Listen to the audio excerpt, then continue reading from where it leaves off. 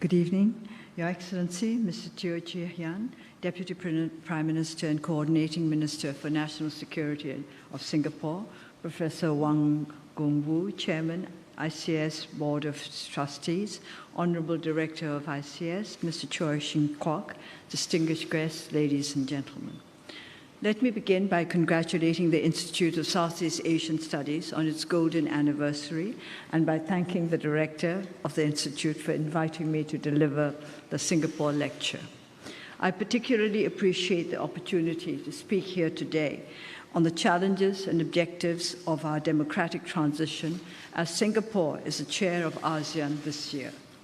Our ASEAN friends have been generous with necessary help and support as we negotiate the passage of an intricate transition. They have demonstrated the value of regional solidarity based on shared experiences and aspirations.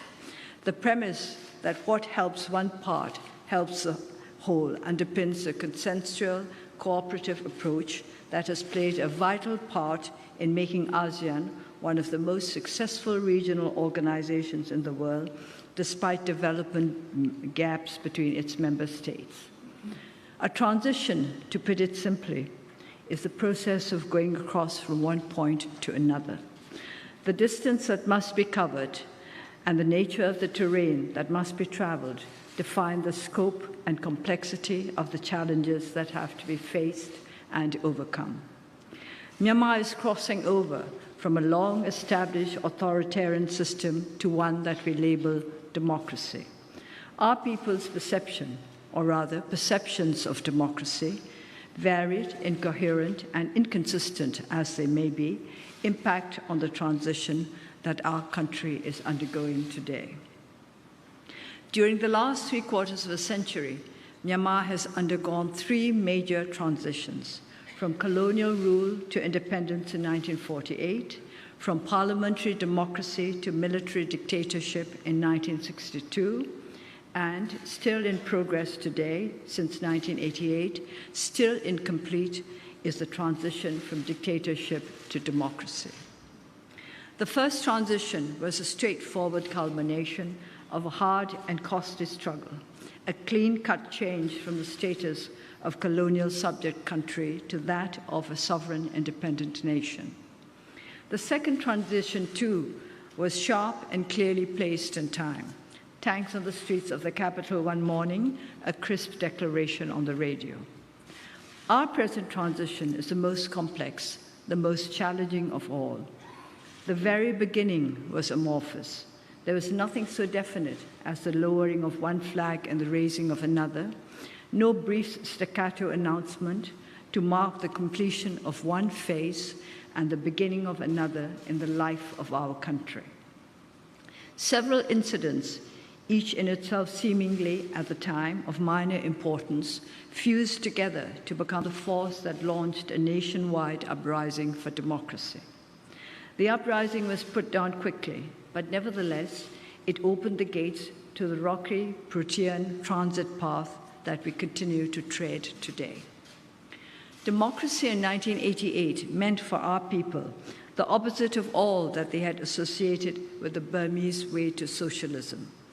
A passion to slough off the oppressiveness of a one-party system with undertones of military despotism seized the whole country. The people cried out for an end to declining standards, to drabness, to the erosion of individual freedom. In response, direct military rule was speedily instituted and individual freedom further curtailed, but political parties were allowed to sprout, although their activities were severely curtailed, and faltering steps were taken towards an open market economy. From such an unpromising beginning, and after many obstacles and setbacks, including a general election in 1990 that fanned a brief flickering of hope, we reached the landmark elections of 2015. The National League of Democracy managed to win a majority large enough for us to form a government within the constraints of the Constitution adopted through a questionable referendum in 2008. When I speak of our democratic transition, I mean a democratic way towards a democratic goal, following a path laid down in accordance with the wishes of the people and maintained with their consent and cooperation. Our people yearn for peace and security, for an end to unrest and strife, for material and emotional security, for a chance to contemplate the future of their children with tranquility. It was from a desire to see these wishes fulfilled that they accepted the principles of nonviolence and national reconciliation on which the NLD was founded in 1988, and nearly 3 decades on, voted for the goals set by our party: rule of law, peace, development, amendments to the Constitution. The degree of progress of our transition has to be measured by the extent to which we are able, together with our people, to realize our aspirations. The Myanmar Sustainable Development Plan, which could also be seen as a roadmap for our transition, identifies 5 goals supported by 3 pillars. Goal 1 is peace, national reconciliation, security, and good governance. And Goal 2 is economic stability and strengthened macroeconomic management. These rest on the pillar of peace and security. Goal 3 is job creation and private sector-led growth, held up by the pillar of prosperity and partnership. The third pillar, people and planet, supports Goal 4, human resources and social development for 21st century society, and Goal 5, natural resources and the environment for prosperity of the nation. Goals 1 and 2 are independent and impossible to sustain without a solid pillar of peace and security and stability. Building this pillar we saw as the first task we had to address as we embarked on the path of transition. At the very commencement of our new administration on 30th March 2016, we took steps to implement our plans for taking forward the peace process that had been initiated by the previous government. The 21st Century Panglong Conference seeks to put an end to the armed strife that has ravaged Myanmar since its birth as an independent nation, and to construct a strong democratic federal union founded on a lasting unity created out of diversity. We had learned from the experiences of other countries that the path of peace processes seldom run smooth and unimpeded.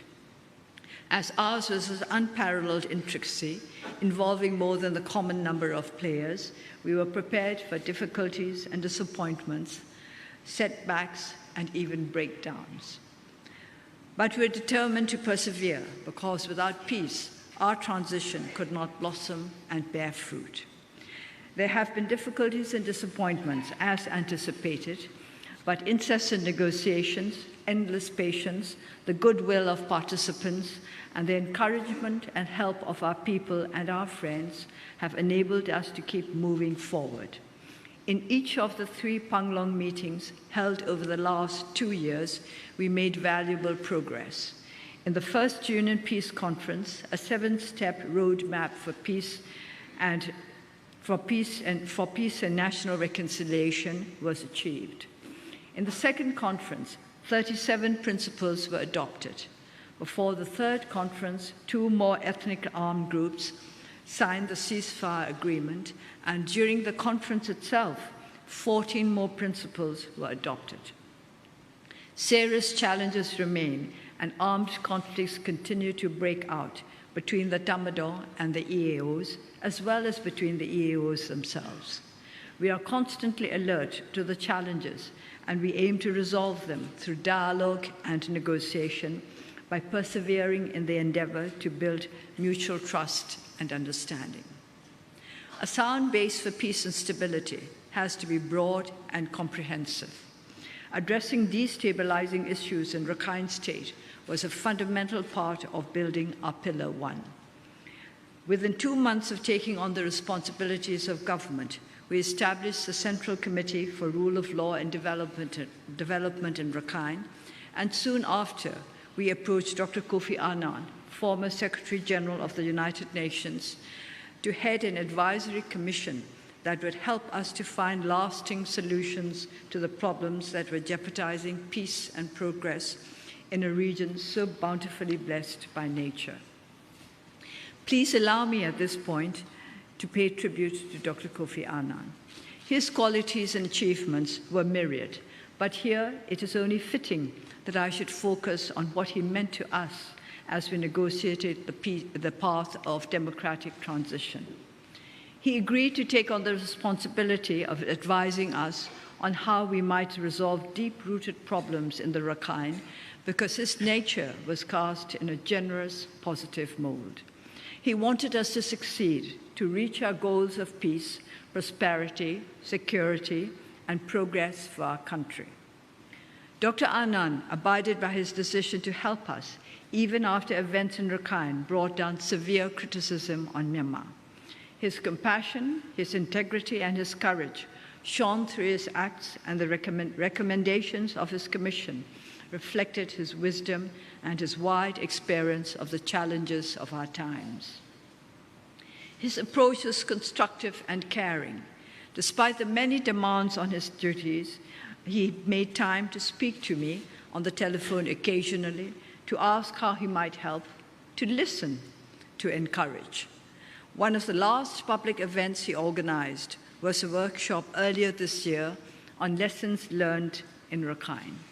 His life is a lesson we could all learn to our profit.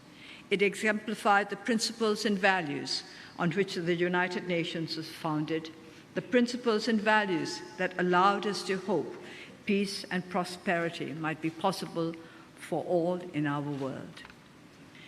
The recommendations of Dr. Kofi Annan's Commission, 88 in all, of which we have to date implemented 81, aim at the establishment of lasting peace and stability in Rakhine. But the challenges there are multifaceted and require multitasking. Resettlement of displaced persons now in Bangladesh has to be effected through the implementation of the agreement signed between Myanmar and Bangladesh last November. The government of Myanmar has also signed with the UNDP and the UNHCR an MOU that aims at assisting speedy and efficient resettlement and rehabilitation. We have already mapped out potential sites for the resettlement of returnees. UN officials have been granted access to 23 villages in 13 village tracts selected as part of a pilot assessment program, and an additional 5 villages have also been marked out for the resettlement of IDPs residing near the borderline. Involved at various fronts and levels is the Union Enterprise for Humanitarian Assistance, Resettlement and Development in Rakhine. It is an enterprise that brings together peoples and organizations from all parts of the country to work with the government to bring Rakhine into the orbit of our National Plan for Sustained Development. The Advisory Board for the implementation of the recommendations of Dr. Annan's Commission, chaired by Dr. Surakiart Sathirathai, former Deputy Prime Minister of Thailand, submitted its final report last week. I would like to express my sincere thanks to all the members of the board for a balanced and viable report. On their recommendation, an independent commission of inquiry, led by Ambassador Rosario Manalo, an eminent diplomat from ASEAN, has been established. The commission met for the first time in Naypyidaw on 15th August and will be commencing their work next week. We share deep sympathy and concern for all displaced persons, especially women and children. There are around 4 million Myanmar migrant workers and displaced persons at present in Thailand. Our two countries have succeeded in working together to resolve the issue amicably in the spirit of good neighborliness. Today, the majority of our workers have been legally registered, and both employers and employees have benefited from the improved arrangements. The return of displaced persons to our country is also working smoothly as a result of close consultation and cooperation between Myanmar and Thailand. Similarly, we hope to work with Bangladesh to effect the voluntary, safe, and dignified return of displaced persons from northern Rakhine.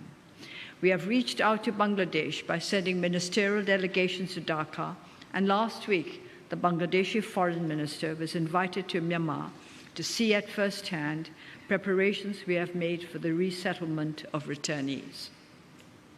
During his visit, both sides agreed, inter alia, to deliver on commitments made to speed up implementations of bilateral agreements on repatriation and to set up a hotline between the two countries at the ministerial level. We also recognize the crucial role of the United Nations in addressing an issue of this nature. We facilitated the visits of the permanent representatives of the UN Security Council members, together with representatives of neighboring countries and the ASEAN chair, Singapore. We welcome the appointment of Ambassador Christine Burgener as Special Envoy of the United Nations Secretary General. She has already opened her office in Naypyidaw. We believed that our engagement with Ambassador Burgener will be positive and fruitful. The danger of terrorist activities, which was the initial cause of events leading to the humanitarian crisis in Rakhine, remains real and present today. Unless this security challenge is addressed, the risk of intercommunal violence will remain. It is a threat that could have grave consequences, not just for Myanmar, but also for other countries in our region and beyond.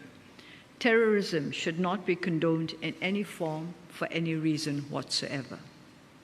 We thank all our friends near and far who are helping us in different ways to resolve the challenges in Rakhine and thus helping our nascent transition to succeed.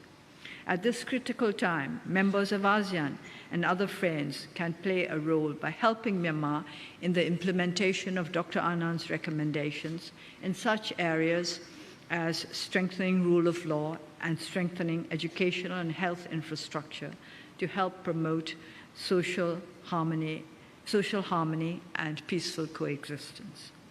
We who are living through the transition in Myanmar view it differently from those who observe it from the outside and who will remain untouched by its outcome.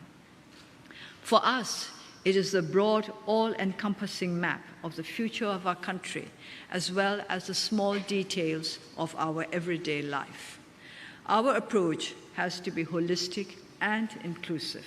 We necessarily have to prioritize, but we cannot afford to neglect even low-priority issues. The outside world can choose the issues on which they wish to focus, and after Rakhine, the one that is attracting most interest today is foreign direct investment. We place high importance on investment, but within the context of our wider needs.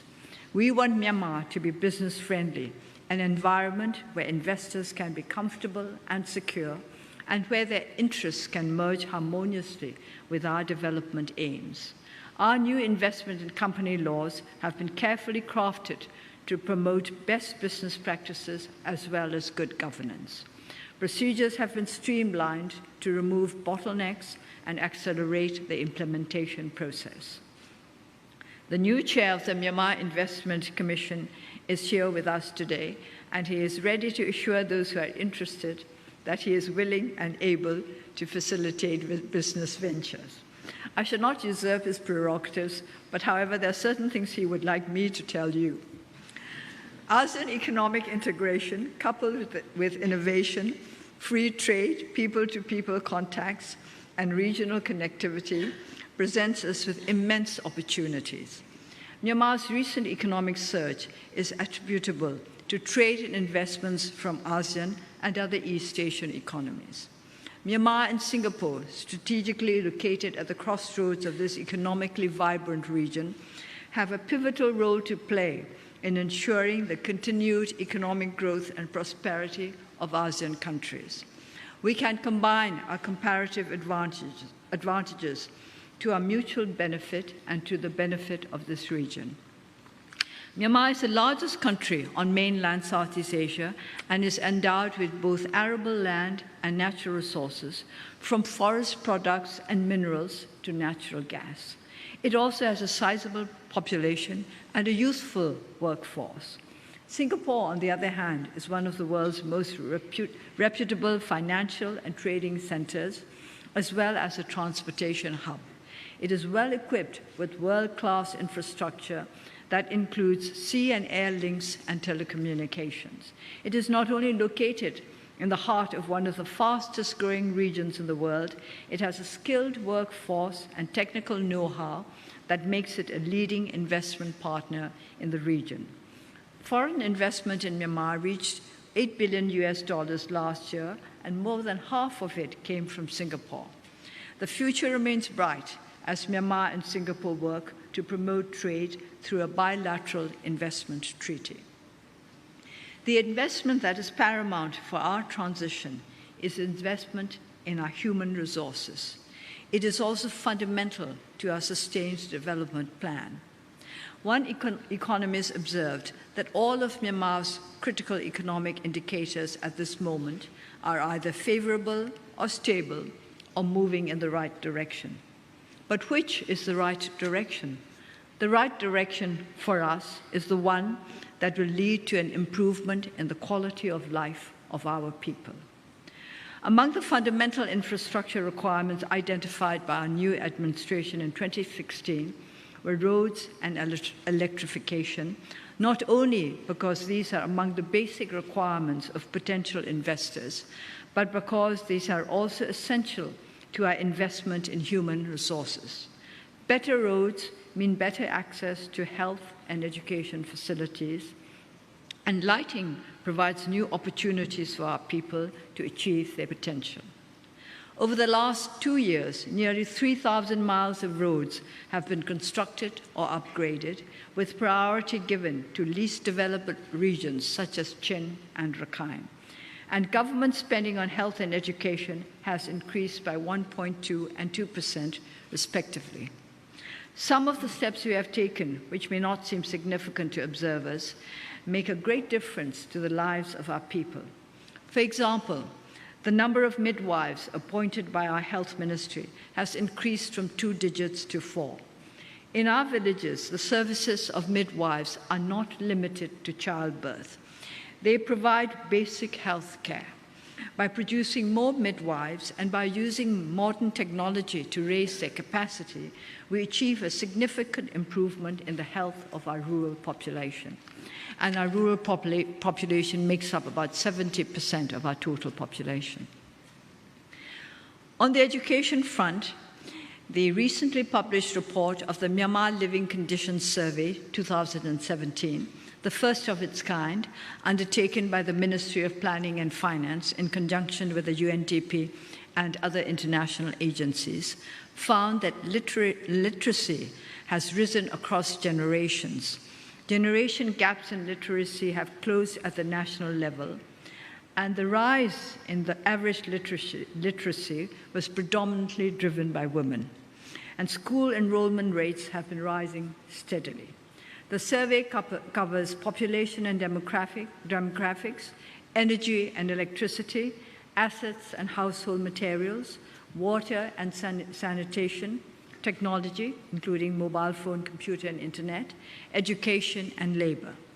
In its own words, the report documents some stark overtime changes in lighting, education, goods ownership, and technology usage. But progress still needs to be made in some parts of the country where outcomes are lagging. The Myanmar Living Conditions Report deals with measurables. There are also unmeasurables, which are not just indicators of present conditions, but also of future prospects. As the time has almost come for me to conclude the lecture, I will just mention one of the most important indicators. Perhaps I might even say the most important indicator, which is the potential of our young people. Over recent weeks, I have had the opportunity to meet informally with school children ranging from primary to upper secondary school level. Physically, they are not as well grown as they might be, as they should be, reflecting the problem of malnutrition, an issue that the Ministry of Health and Ministry of Social Welfare are addressing as a priority. But how delightful they were, bright, polite, but not shy, eager to show off what they knew, but with an awareness that there was still much they did not know. Willing to learn, immensely teachable. What glittering prizes might such children not win for our country? Let us take a look. The first Global Challenge robotic competition held in Washington, D.C. in July 2017. 163 entrants from 157 countries, and the team of engineering students from Myanmar came out sixth, first among all the ASEAN countries. It was a, thank you.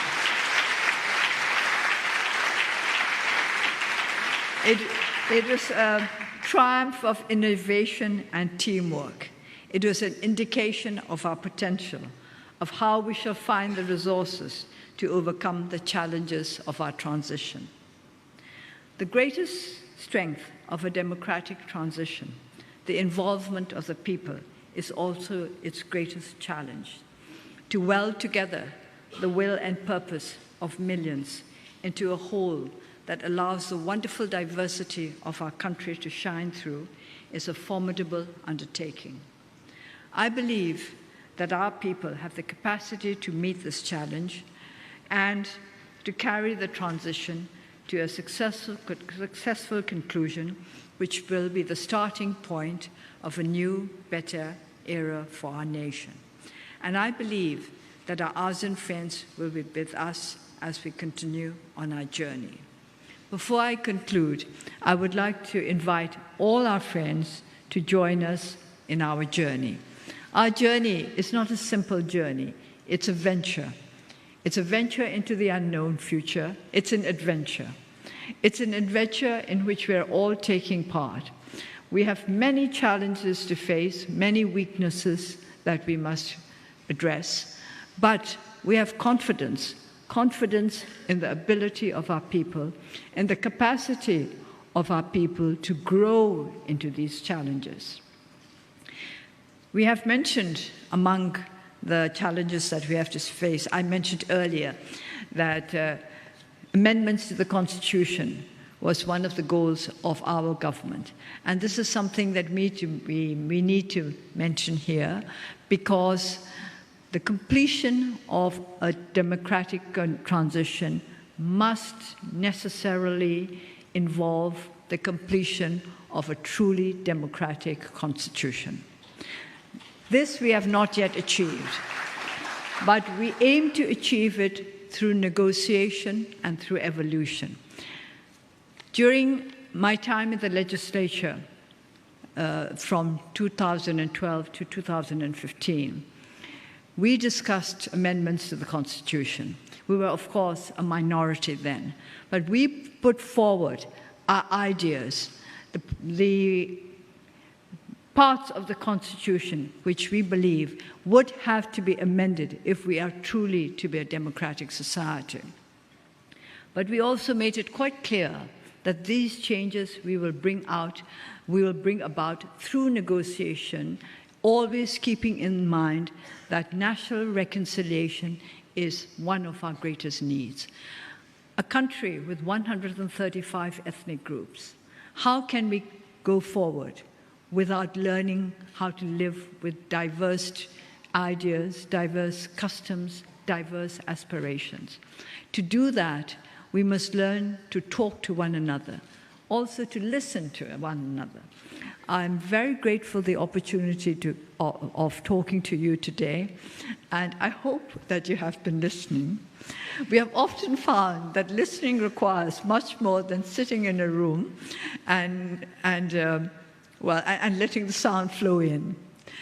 We would like you to listen with understanding, listen with empathy, listen by putting yourself in our place, not the place of the government, but in the place of our ordinary people, of the citizens on the streets of our towns, in the villages, in our villages, in the fields.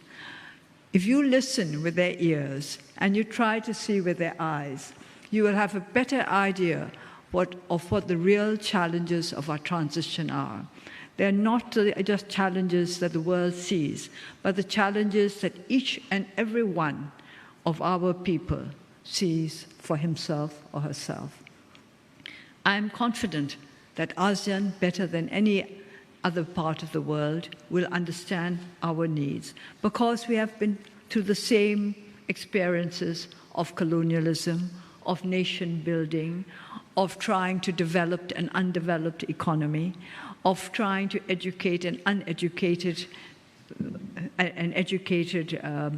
citizenhood. I don't know what the proper word is. And we have been one of the best educated countries in Southeast Asia, but now we are trying to rebuild again. We are trying to put our people back again where they were in the days when Myanmar was considered one of the fastest developing nations in Asia. But we're not sitting on old laurels. That will not do us any good. We want to move forward. And we think we have the capacity to move forward. Leapfrog is a word that is often used today, but I'm not always very happy with it because it seems to imply that we follow the same obstacle course as others have done before us. Our obstacle course is different from that of others. So instead of leapfrogging, I think I would like to think of perhaps flying over the obstacles. That might be a better help, and that might be better able to take us quickly to our goal. The democratic transition actually has now been in place for 30 years. That's a long time. And I would like to see the time when we complete it come soon and come in a harmonious and tranquil manner with the help of our well-wishers from all over the world. Thank you.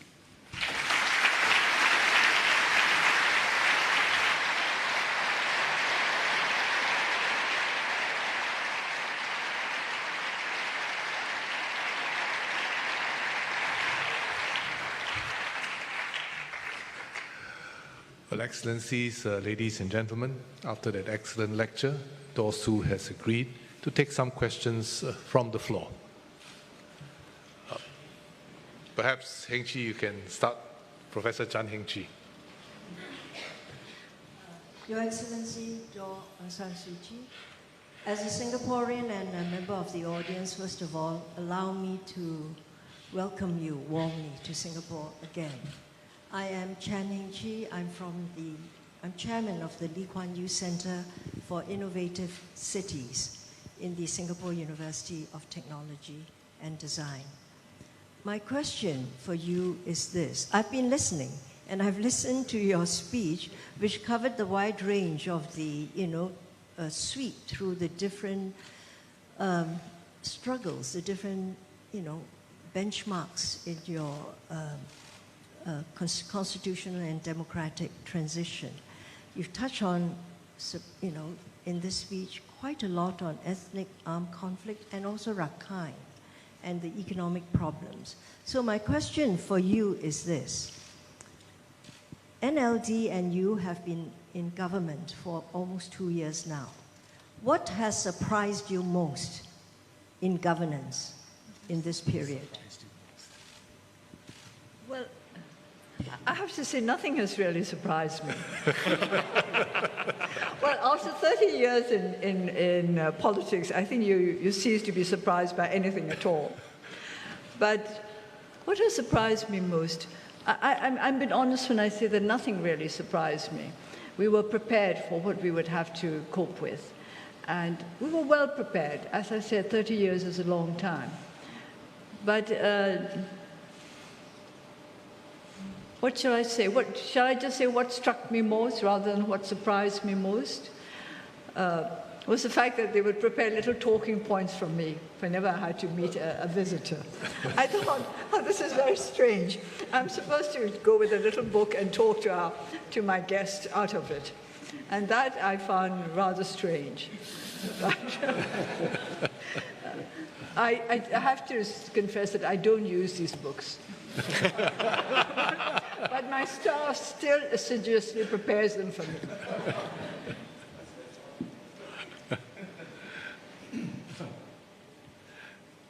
Tommy. Your Excellency Dosu, I want to begin by telling you that you have many admirers in Singapore. We admire your courage, your love of country, and your commitment to democracy. I think you've convinced us this afternoon to want to join your journey and adventure.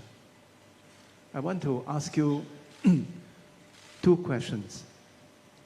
You face many challenges, but I want to just ask your comment on two of them.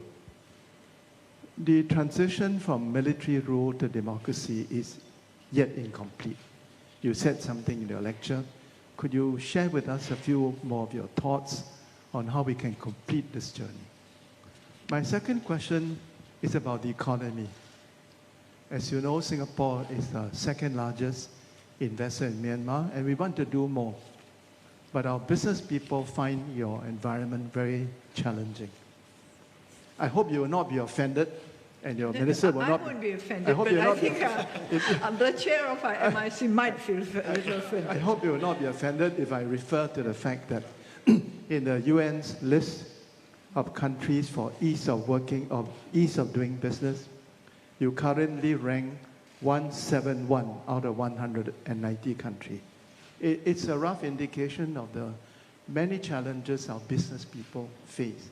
So could you please tell the good people in this audience what reforms you and your colleagues intend to introduce in the months and years ahead, which will attract more investment from Singapore and more participation in your ambition to grow the economy, to build good jobs for your people. Thank you. And I'd like to say how happy I am to see you again. I must tell the audience that Mr. Koh and I were perky youngsters together in the United Nations Secretariat way, way, way back. And he was the youngest representative there, permanent representative there, and was a very good friend of somebody I used to refer to as my emergency aunt. And I'm very happy to see you again. The two questions. The first one, how do we complete the transition from military rule to democracy? Well, if you look at the Constitution, you will see that 25% of the seats in all the legislatures, meaning to say not just the national legislatures, but the regional and state legislatures, all of them, 25% are made up, 25% go to representatives nominated by the military. So we can only contest 75% of the seats. That means, as I always say, that we have only 75% of rights, but 100% of the responsibilities. That's how it goes. So we've got to change that. But we've got to change that, and we have said that we want to change this. This is what we put this for our agenda forward officially during the last legislature when I was still there, that we wanted to change this. We must remove unelected representatives from the legislature, but we shall do that through negotiation and step by step, keeping in mind our need for national reconciliation.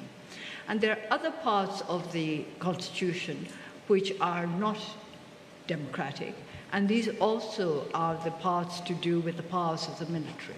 So all this will have to be discussed and negotiated and changed. But we want to do it, we want to do it in a way that will not hurt our people.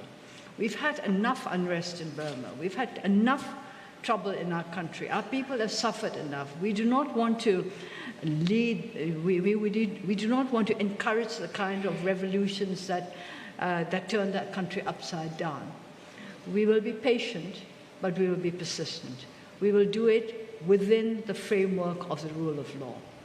With regard to the difficulty of doing business in Myanmar, as I said, the chairman of our Myanmar Investment Commission will be very, very offended. He's smiling, of course, but I'm sure he's not really very happy about it. And I have to say that Let me just say this. There's been a change in leadership in the economic world in our country over the last couple of months, and we're speeding up the process. I think our chairman will promise you that any serious investor, any serious potential investor will be given all his attention and all his assistance. And also, our rules and regulations have been changed to facilitate business.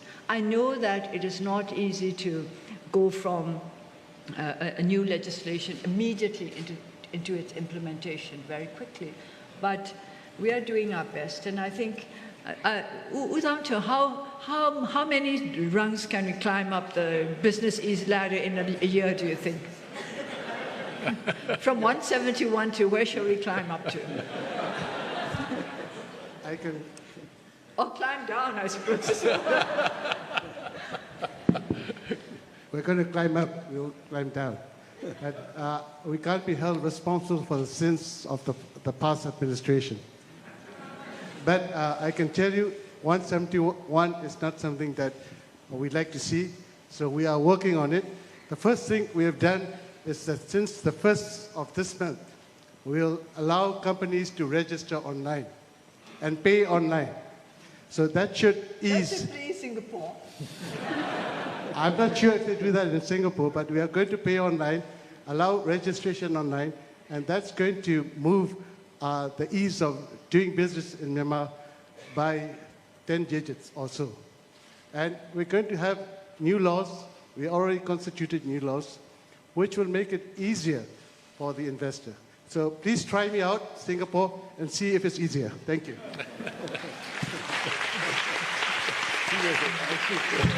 Well, thank you very much. I think your KPI has just been publicly set by the State Councillor. More questions, please. Perhaps from the center block here. I will invite some questions. There's a hand there. Yes, please. Rajan. Thank you very much. Yes, we can hear you. Anyway, my voice is loud enough. Thank you very much. Your Excellency, there is nobody here. Perhaps you can identify yourself first for the benefit of Her Excellency. D.K. Rajan. Yes, Rajan, yes. I'm a retired civil servant. There is not very many people who are not moved by the suffering of the people, displaced people, Rohingyas. And it is not unfair, it is unfair to say that you yourself are not moved by it. But many of your critics, well-meaning though they are, they seem to suffer selective amnesia in not addressing graver similar situations elsewhere. And also, among those innocent people, extremists embedded in them who have perpetrated similar abuses on people of other faith. Now, my question is, Your Excellency, what is the time frame of your government in solving this very pressing issue, which is very important for economic development? Thank you. What is the time frame for resolving? Which one? Sorry, Mr. Rajan, do you mean Rakhine or do you mean the Panglong? Do you mean the peace process or I'm not quite sure. Well, it's very difficult for us to put a time frame on it by ourselves unilaterally because we have to work with Bangladesh in order to do that. So a time frame can be decided only by our two countries working together.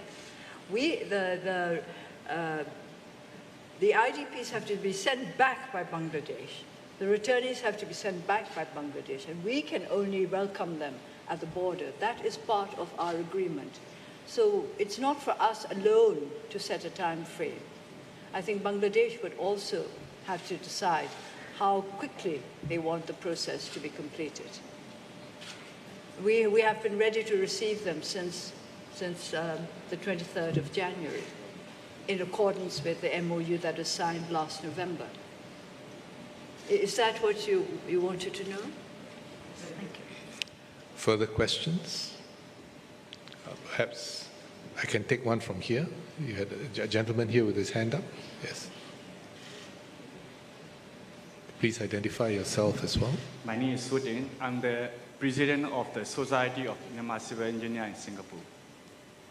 I have two questions. The first question is, I'd like to know what is the biggest challenge in obstruction to implement the rule Could of you law? hold the microphone closer, please? Yes. What is the biggest challenge in obstruction of implementation the rule of law in Myanmar? That's my first question. The second question is, what are the challenges in the way to attract more foreign investment in Myanmar industrial and infrastructure project? Thank you. Well, with regard to what's the biggest obstruction with regard to the establishment of rule of law, I think the biggest obstruction is really the perception of our people of rule of law. When I was in the legislature, I once met a group of law students who had come to study what was going on in our legislature. And I asked them, what do you think the law is for? Now, they were law students, but they couldn't answer that question for some time. They thought very hard, and then they said to me, to punish wrongdoers. I said, no, that's not how I see the law. As far as I'm concerned, the law is there to protect the harmony and stability of society. And this is a basic concept that we all need to grasp in our country. That's the biggest challenge. If all our people could understand that that's what the law is for. And by the way, I must explain that when we say rule of law in our own language, it sounds much better than it does in English, because we say the rule of just laws. There are laws that are unjust. There are laws that are bad. But we always say the rule of just laws. And if we could understand that just laws are there to bring harmony and stability and peace to our society, then everybody concerned, the security forces, the people, the government, everybody, the legislature, the judiciary, we can all work together to establish rule of law. That's our biggest challenge, for all of us to understand what rule of law is about. Some people think that rule of law is there to punish wrongdoers. Some people think that it's there to curtail their liberty. It is neither. So this is our biggest challenge. Now, I think your second question is more or less what was asked earlier by Mr. Ko, so I don't think I need answer it again, how to facilitate business, how to make it easier for investors to go down the ladder in Myanmar. Perhaps I can take another question from this side. Sir? My name is Timba Montana. I'm a Myanmar national. I'm Associate Fellow at the IC's Yusuf Ishaq Institute. Your Excellency, I think the civil service is very important in the transition. And I think in the past, we used to joke that it is neither civil nor gift service. How do you, I know that there have been reforms going on, but I think it would take a long time for our civil service to become the top-notch like in Singapore. And I hope that you will press on that further. Thank you. Well, we're trying very hard. We know that there's a lot that we need to do to make our civil service civil and serviceable. And also, we want a civil service that is people-friendly and efficient. Now, the problem is that our education system was really not up to standard over the last 30 or 40 years, which means that we've lost about 2 generations. Before we contested the elections in 2015, I made a very simple calculation, and I came to the conclusion that our best educated people would have retired from the civil service by the time our government came into office. And this is exactly what had happened. So this is a big challenge. But on the other hand, I find that our people have an ability to learn quickly and to adapt to new situations. We still have those who are clinging on to old values and old ways, and teaching them to behave differently, to think differently is not easy. But we're doing it all the time. We're trying, and Singapore has been helping us in this. Singapore has been helping us in our venture to raise the capacity of our civil servants, and other friends as well. Other countries, international agencies have been helping us. But as I said earlier, our hope is in our young. are young, are quick to learn, and they want to progress. They do not want to be left behind by the rest of the world. And I do want to take the opportunity to thank all the civil servants who have worked so well for us since we came into office. It has not been easy. There have been some bad ones, but the good ones have tried to make up for that. And I myself cannot complain of the staff of my Ministry for Foreign Affairs. So you can take heart from that. Perhaps I take another question. Yes, from here, from this side. Your Excellency, Dosu, thank you very much for the lecture. I'm Ryan, a student from Unora Junior College. Now, in spite of all the great achievements that the NLD has achieved in these past few years, many critics still say that there's one power that you cannot control, and that is the military. And you yourself have alluded to the considerable influence that the military continues to wield to this day. So with that in mind, how likely do you think another military coup is? Well, actually, this is a question that you should ask the army rather than ask me. I would have thought that they would be in a better position to answer such a question. But let's put it this way. I don't worry unduly about such matters. Everything is a possibility in political life, as you know. But I think we have to be pragmatic, and our relationship with the army is not that bad, You shouldn't think that it's as bad as all that. Don't forget that we have 3 members of the cabinet who are, in fact, military men, generals. And they're all rather sweet, the 3 of them. That's a very charming reply. Perhaps I can take a question from this side. Over there. Well, I'm lucky to get this chance. My name is Babson. I'm a lawyer working in Yangon. Let me report to you, Your Excellency and Saya Udatong. Last Saturday, I registered a company. I paid 215,000 Myanmar yen. On Sunday, one day after, I received the certificate of incorporation. Even during weekend, Daikai was working. I was very impressed. So this also share with all the participants here. Thank you.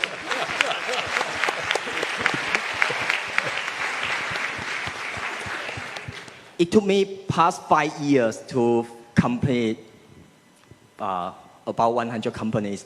And now under the new companies law, every company required to re-register. I believe if I put all my people there to do, in 2 weeks, everything can be done. So I appreciate that a lot. All right, I think there is one question all the investors, all the people here will be interested in. Another election will come, 2020, which is 2 more years. And what will be your prediction on the result?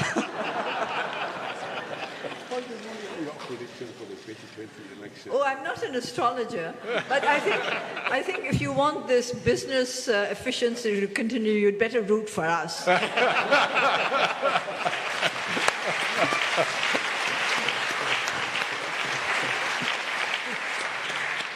Perhaps we take another question further back there. I think there was a hand up. Yes. Hi, I'm Mandy, and I'm from CHIJ St. Nicholas Girls' School. So recognizing the repatriation of Rakhine refugees has already begun, there is some social stigma against the internally displaced people in the Rakhine state. So in this case, how does Her Excellency seek to reintegrate them into society? Specifically, could they be used to boost foreign investment and economic development in Myanmar? I don't think stigma is the word. I think it's prejudices and misunderstandings. These will have to be removed. But we all want to work together to make the Rakhine a prosperous and peaceful region. You know, it's one of the most beautiful regions in the whole country. Very few people have been to Rakhine, and the foreigners who've been there have often told me that the beaches there are the most wonderful they've ever come across in the whole wide world. And there's great potential there. You are right. I think we should bring them together through development, through the kind of programs that will help them to prosper together. And I'm glad that you've asked this question because you are young. And it is young people who can overcome the prejudices that have divided their parents, their forefathers. So I would invite you to take part in our ventures to bring together the peoples of the Rakhine. There are many different communities in the Rakhine. I think I would like to take this opportunity to tell you that they're not just the Muslims and the Rakhines as most people think. There are Hindus there, there are Mro, there are Te, there are Daine. These are small ethnic groups. And I particularly would like you to take an interest in the small ethnic groups because some of them are disappearing very quickly. They're down to 4 figures. They live in their own traditional ways. They are very peaceful. They are very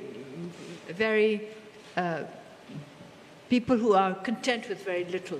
But we must do everything we can to help them to preserve their culture, their traditions, and to help them to prosper and to join the rest of the country in our development plans.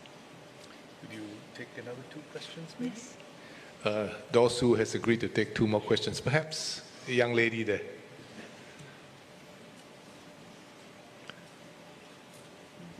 Thank you. Good evening. My name is Nin Izli. I'm an ASEAN scholar from Myanmar, from Junior College. After studying here for about 4 years, I realized that there are a lot of areas in which our education system can improve. And I think that beyond like improving the literacy rate, I feel like there should be some subjects that we should introduce new subjects to instill critical thinking in our students, and that's also like partly how you can achieve other goals like peace and stability, because you can change people's mindsets. So my question is that in your list of priorities, where does the educational reforms rank, and how can youths like us, who haven't graduated, but how can we take small little steps so that we can contribute as our country fly over the obstacles? Where does educational reform rank? Very, very high. I said earlier that our real investment is in our people, and that means health and education.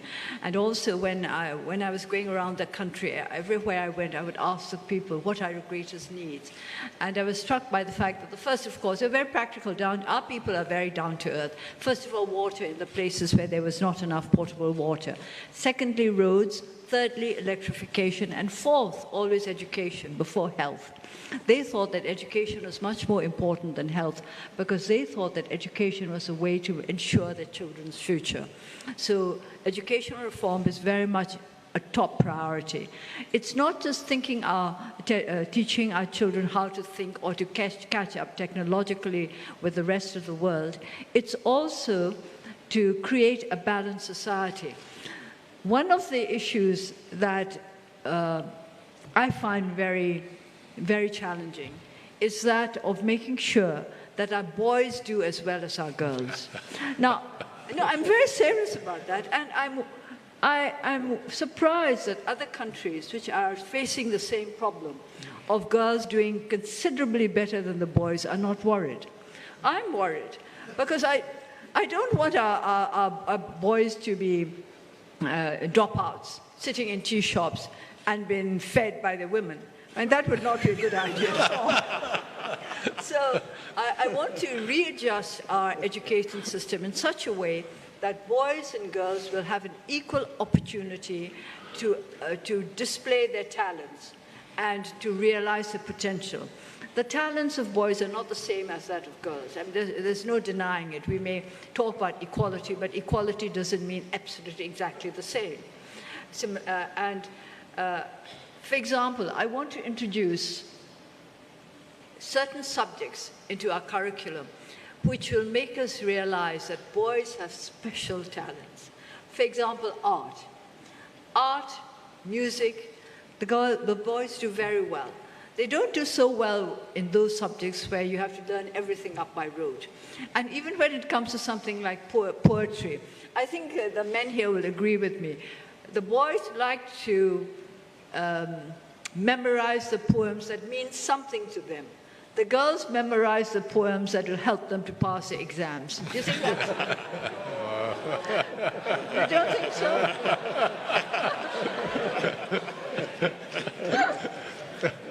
Well, no, isn't that nice? All the men are championing the women, and vice versa. So this is how it should work. But we really have to make sure that we improve our education system very quickly. And one of the things I was discussing earlier with your education minister was this: vocational training and also language skills. When we talked about our civil service earlier, one of our big weaknesses now is the fact that very few of our civil servants have adequate language skills, meaning to say their English is not up to the mark. So we want to improve their language skills to enable them to engage with the rest of the world, and we want to concentrate on vocational training, because that is another area of which I'm very hopeful and very proud in our country, is that our people are taking to vocational education in a way in which some Asian countries are not. I think in many Asian countries, the perception still is that vocational training is second-class education. And I don't want that in our country. And I'm very happy because vocational training has taken off in Myanmar. People understand its value, and we are making a special effort to channel our young people into the vocational training school. And of course, we must teach everybody to think, and think in the right way. But that's not just for me, or even just for the Ministry of Education, but for all our people. We all learn together. Education is a process, and it's an inclusive process. Perhaps time for final question here.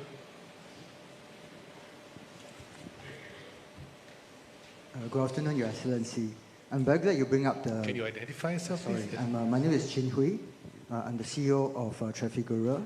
We are one of the largest multinational companies investing in Myanmar. We have invested hundreds of millions, hundreds of employees in Myanmar. I'm very glad you may bring up the last point, because we have used VTTI students, which is a joint venture between the Singapore and Myanmar Vocational Institute, ITE venture. We find the students are very hardworking and they are very eager to learn. So I'm very happy to hear, as a big foreign investor in your country, they are taking the right steps. And if I also may address an additional point to the chairman of the investment board, that while you climb up the ladder, please also remember the existing investor, people like ourselves who has invested hundreds of millions, who have outstanding deals yet to be approved. So if you could look at the backlogs of investments. Backlogs. All right, Yes. Udanta, please move the backlog. Yes. Thank you, ma'am. Well, thank you very much. I think this afternoon we've had a most interesting lecture and question and answer session with Her Excellency Aung San Suu Kyi. The afternoon session has lived up to our expectations, I think, of all of us. And Dosu has addressed difficult and challenging questions, not ducked any of them, and done so in a way which is typical of Dosu: energetic, empathetic, elegant, erudite, and inspiring. Shall we say thank you to Dosu? Thank you, esteemed State Councillor Dosu. Thank you, DPN Teo.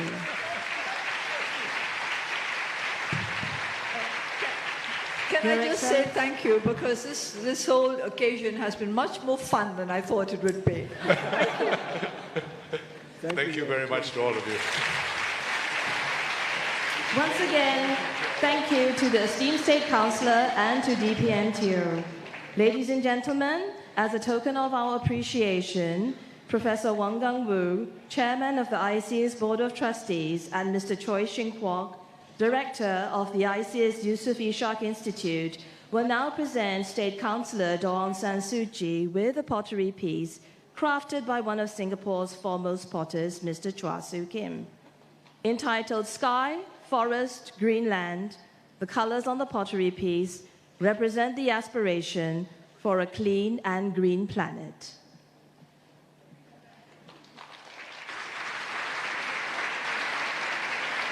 To commemorate this special occasion, may I respectfully invite Amesu, DPMTO, Professor Wang, and Mr. Choi to pose for a photo.